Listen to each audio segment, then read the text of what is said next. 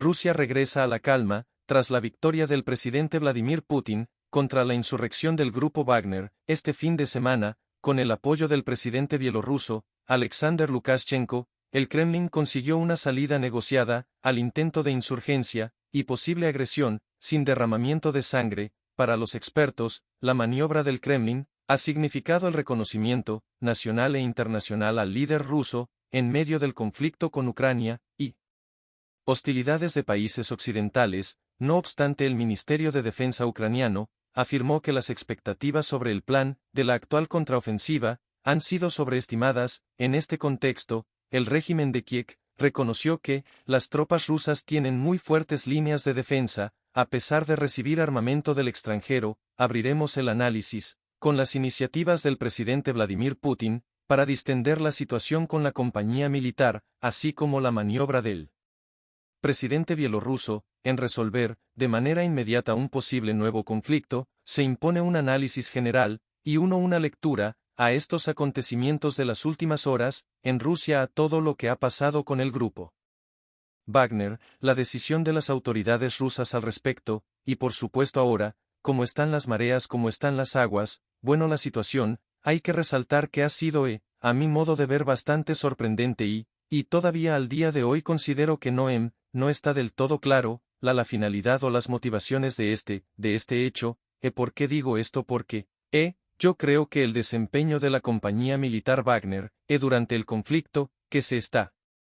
desarrollando en Ucrania, ha sido realmente de un heroísmo y de un valor enorme para la Federación Rusa. Esto pudo verse, especialmente en la batalla de Apiomos de Bakhmut y ese papel central. Yo no creo sinceramente que el liderazgo de esta compañía militar, o sea Prigozhin, lo tire por la borda de una forma tan, digamos, templada. También hay que recordar que un análisis que yo hacía, el mismo día en que ocurrieron los acontecimientos, que cuando fue que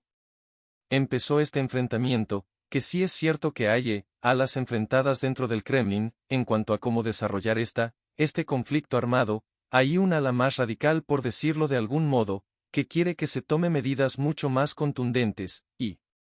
otra ala un poco más moderada. Lo que sí no se discute es el liderazgo del presidente Putin. Estas dos vertientes, y lo que tratan por supuesto de llevar adelante, o que prevalezca su modo de ver las cosas. Dicho esto, este enfrentamiento, digamos cuando se vio, justamente durante la batalla de Artiumos, que Yevgeny Prigozhin reclamaba esto, que supuestamente no se le entregaban armamentos, municiones y que estaban en una situación de debilidad. Hay que recordar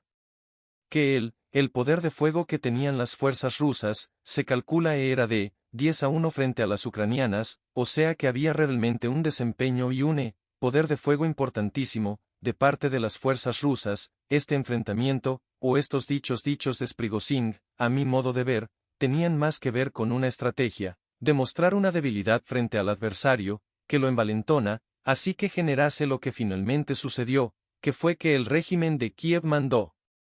a miles y miles de tropas a una verdadera picadura de carne, y obviamente esto generando la posterior debilitamiento, y gran costo en vidas y en material, y costo económico para las fuerzas de Zelensky, que finalmente también esto produjo el retraso de esta famosa contraofensiva que comenzó 04 de junio. Entonces he dicho esto por esta misma situación que marco, que se dio en la batalla de Artiomos, que finalmente hay que recordar que también fue una contundente victoria de las fuerzas rusas. Es por eso que realmente tiene tantos interrogantes esto que aconteció este fin de semana, y también la resolución es llamativa. Si bien es cierto que, por supuesto, el presidente Putin prevalece en sus pensamientos, justamente no es casual que el partido que lidera se llame a Rusia Unida, o sea que él, y yo lo he podido comprobar en mis tiempos, hallando un ser como se ha logrado una unidad en cuanto a todo lo que significa Rusia. El pasado de Rusia es tanto el soviético como el imperio, y la actual federación. Entonces es lógico que el presidente Putin haya hecho prevalecer esta idea, y evitar el derramamiento de sangre, la intervención del presidente Lukashenko, pero digamos, que de un discurso tan contundente, que dio el mandatario eslavo en el cual usó palabras muy duras para con Prigozhin, que finalmente, esto se resolviese, con la salida de Prigozhin hacia Bielorrusia. También es llamativo, y es llamativo por supuesto, y da para seguir atentamente la situación, que justamente la ubicación actual de parte de la compañía Wagner es a algo, así como 100 kilómetros de tierra, es importante ese aspecto también, y quisiera profundizar en algo, porque nos habla de dos maneras dentro del Kremlin, dos maneras por lo menos, de mirar la estrategia que se sigue, para con el conflicto, pero eso me lleva a preguntar entonces, ¿a quién o a qué?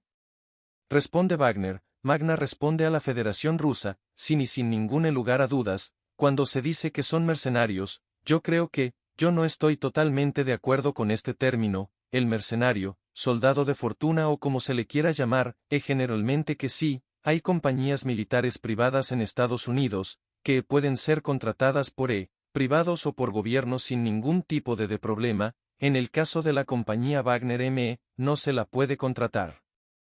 Sin la anuencia del Estado, ruso y realmente tienen un OSEA cuando trabajan en operaciones, lugares que también implican una importancia ya sea estratégica por la amistad que tienen, con los gobiernos de esos respectivos países.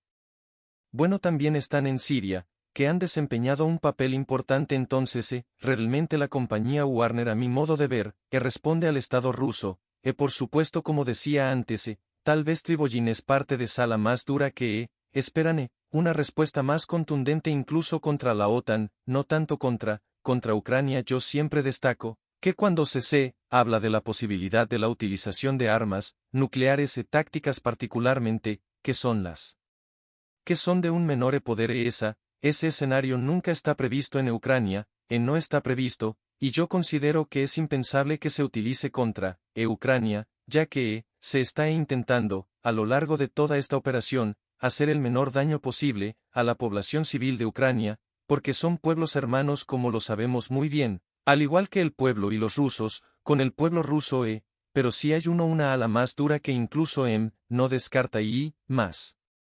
bien alienta la posibilidad de que se use este tipo de armas contra algunos objetivos dentro de los patrocinadores de Ucrania, o sea blancos en terreno de la OTAN, ya sea, puede ser Polonia, yo diría especialmente Polonia, puede ser los países bálticos. Entonces, como podemos ver, esta ala es bastante más radicalizada, aunque no por esto le faltan razones, por sin duda lo que se creen también en estos entre estos influyentes políticos y militares incluso comunicadores de primera línea de Rusia, es que realmente, Rusia tiene que dar un golpe contundente a los justamente patrocinadores, los que están detrás de esto, para que realmente sepan que esto va en serio, más allá de esta guerra de desgaste. Que, a esta altura, beneficia a Rusia, porque justamente, no es solo régimen de Kiev sino que también es la OTAN, en la que está desangrándose en cuanto a recursos. Ya se ve bueno cómo están los números de la economía, de la mayoría de los países europeos entonces es un desgaste, pero por supuesto que a largo plazo también es un desgaste para Rusia, si bien el complejo militar industrial del país euroasiático, está mucho más fuerte, mucho más robusto, desde el principio de la operación, está trabajando 24/7, incluso desde antes, porque esto por supuesto el presidente Putin esto no arrancó el año pasado, ni siquiera arrancó hace 9 años con el Estado en Ucrania, sino que ya el presidente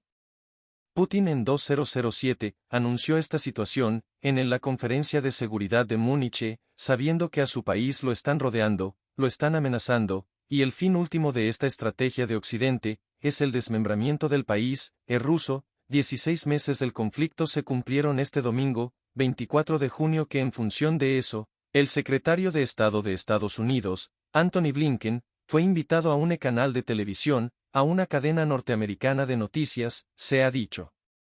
Durante la entrevista, que en efecto, las tropas ucranianas, se enfrentan a un terreno difícil, se enfrentan a un enemigo poderoso y ya entra líneas, a no subestimar lo que está sucediendo, en el campo de combate. Esto me lleva, además, a pensar, en las declaraciones más recientes, del ministro de Defensa ucraniano, cuando dice tal vez sobreestimamos, o sobrepensamos, la contraofensiva que estábamos desarrollando. Este es solo uno de los tantos puntos, que nos llevarán a la victoria, dice a una manera de suavizar el discurso también, y a dar un mensaje optimista, para con el desarrollo de las operaciones ucranianas, y ha dicho algo que también considero importante: este año será decisivo para el desempeño de nuestras tropas, en el campo de batalla, le pongo todas estas declaraciones a su consideración. Bueno, lo que dijo el ministro de Defensa ucraniano, es como un pequeño baño de realidad que se dan, porque por supuesto que yo siempre vivo en estas situaciones, lo peor que puede pasar es el voluntarismo, no que uno crea que va a suceder lo que desea. Que suceda, creo que esto le sucede un poco a Ucrania y a sus patrocinadores. Tampoco hay que olvidar algo que es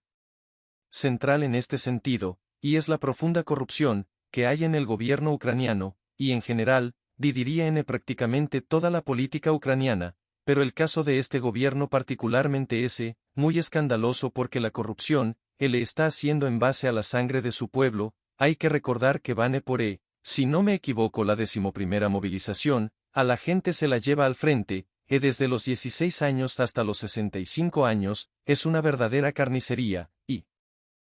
mantener esto tiene que ver con no solo con esta ambición militar que tiene la OTAN de destruir, hace una guerra contra Rusia, a través de Ucrania, sino también los negocios de corrupción que hay detrás. Hay que recordar que mucho armamento, que es dirigido hacia Ucrania, es desviado a grupos insurgentes en África, en Medio Oriente. Incluso se han encontrado estas armas en países latinoamericanos, y en países europeos, a manos de bandas criminales. Entonces acá, la cúpula militar y política ucraniana, está haciendo un enorme negocio con esto. También está haciendo un negocio con esto, el complejo militar industrial norteamericano, también lo están haciendo, los ejércitos de la OTAN, que en muchos casos se deshacen, venden material obsoleto. Ya se ha visto el desempeño de los tanques Leopard alemanes en esta contraofensiva, que han ardido como fósforos en el campo de batalla, lo que ha llevado también, paradójicamente, a que el Reino Unido le haya prohibido la utilización de sus tanques Challenger 2, para no caer justamente en este descrédito, que tiene que ver con el mercado de las armas, que por supuesto, en este tipo de enfrentamientos bélicos, también suben o bajan las acciones de las compañías, dependiendo del desempeño. Entonces yo creo que, yo lo mencionaba antes en Basmut en Action Mose, la picadora de carne generó que muchas fuerzas que tendrían, o podrían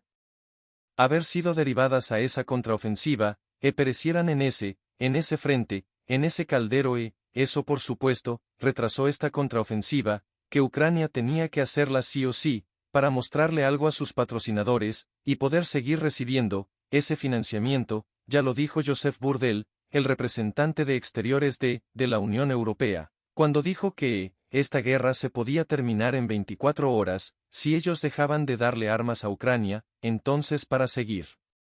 alimentando esto, Ucrania tenía que mostrar algún resultado. Trataron de hacerlo Rusia. Si hay algo que entre otras cosas hace muy bien, es lo que las estrategias defensivas escalonadas, como hizo en este caso, en toda la zona que está siendo atacado, que pretendió ser atacada es Zaporozhye, y esta ofensiva no llegó ni siquiera a la primer línea defensiva escalonada. Entonces, ante esta situación, y que debió ralentizarse y prácticamente suspenderse esta contraofensiva, es que será este baño de realidad. El ministro de Defensa hace estas declaraciones para justificar justamente este hecho que se detiene. También hay que recordar una cosa que es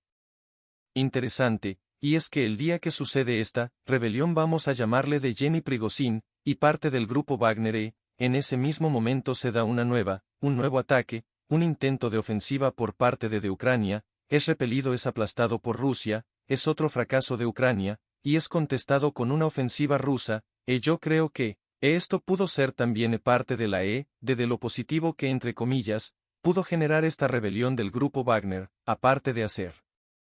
brotar a ciertos grupos columnistas dentro de Rusia, dentro de Bielorrusia, que están planificando un golpe de Estado contra Lukashenko. Entonces, qué mejor que aparezcan en la superficie estos grupos, para poder ser detectados y neutralizados. No.